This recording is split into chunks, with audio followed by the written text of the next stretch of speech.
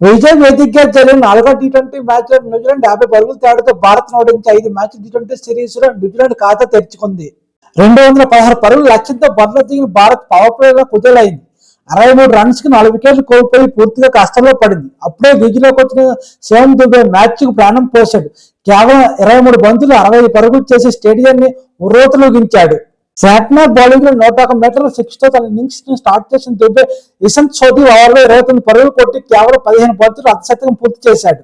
Henry bowling లో వరుస శిక్షలు కొట్టి ఒక్కసారిగా మ్యాచ్ లో మళ్ళీ ఆశ చిగురింపచేశాడు.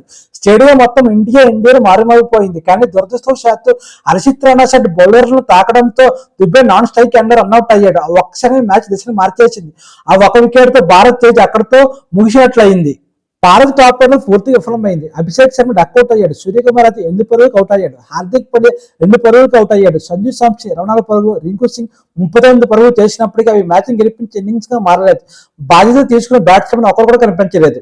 చివరకు ఇండియా 165 పరుగులకు ఆల్అౌట్ అయ్యి ఓటమి పాలైంది. ఇంతకుముందు న్యూజిలాండ్ ఓపెనర్లు టిమ్ షెఫర్డ్, డెవెన్ కాన్వే శతక భాగస్వామ్యం చేసి భారత బౌలర్లపై దాడి చేశారు. షెఫర్డ్ 62 పరుగులు, కాన్వే 44 పరుగులు చేసి బలమైన బేస్ ఇచ్చారు.